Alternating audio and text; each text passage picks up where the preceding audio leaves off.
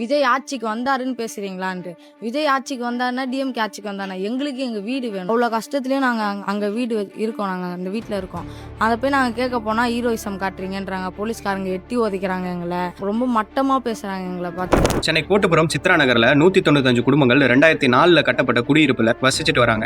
2004 கட்டப்பட்ட குடியிருப்பு இப்போ நிறைய பழுதடைஞ்சு மழைநீர் தேக்கம், கழிவுநீர் பிரச்சனைன்னு ஏகப்பட்ட பிரச்சனை அங்கே இருக்கு. சுவர்கள்லாம் இடிஞ்சு உள்ள ஆரம்பிச்சிருக்கு. இந்த 195 குடும்பங்களும் அங்கே வசிக்கிறதுக்கு தகுதியே இல்லாத ஒரு குடியிருப்பாக தான் அது இருக்கு. ஸோ பக்கத்தில் புதிதாக கட்டிக்கிட்டு இருக்கிற குடியிருப்பில் எங்கள் 195 குடும்பங்களுக்கும் வீடுகளை ஒதுக்கணும் அப்படிங்கிற மாதிரி ஆல்ரெடி ரெக்வஸ்ட் பண்ணியிருக்காங்க.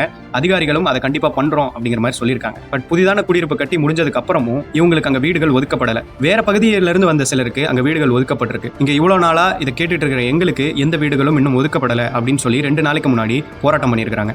என்ன கவர்மெண்ட் மாறினாலும் எங்கள் வாழ்க்கை மாறல, வாழ்றதுக்கு சரியான வீடு இல்லை அப்படின்னு சொல்லி போராட்டம் பண்ணிட்டு இருக்காங்க. இமேஜின் பண்ணி பாருங்க, நீங்கள் தூங்கிட்டு இருக்கீங்க, மேல இருந்து சுவர் லைட்டா இடிஞ்சு உங்க பக்கத்துல ஒரு கட்டி விழுந்தா உங்களுக்கு எவ்வளவு பக்குன்னு இருக்கும். இந்த மாதிரி நிலைமையில அங்க நிறைய குடும்பங்கள் வாழ்ந்துகிட்டு இருக்காங்க. பக்கத்துல புதுசா கட்டியிருக்க குடியிருப்புல அவங்களுக்கு சீக்கிரம் வீடுகளை ஒதுக்கி கொடுக்கணும். தென் விர்ச்சுவல் வாரியர்ஸ் கிட்ட நான் ஒரு விஷயம் கேட்டுக்கிறேன். உங்கள நிறைய பேர் டைரக்டா டிவிக்கு ஐடிவிங்கே தெரிஞ்சு வச்சிருப்பீங்க அப்படின்னு எனக்கு தெரியும்.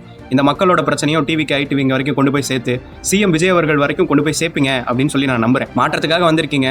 இந்த 195 குடும்பங்கள் வாழ்க்கையிலையும் மாற்றத்தை ஏற்படுத்துவீங்க அப்படின்னு நம்புறேன். என்னென்னத்தையோ ட்ரெண்ட் ஆக்குறீங்க. இவங்களோட பிரச்சனையும் சிஎம் வரைக்கும் கொண்டு போங்க.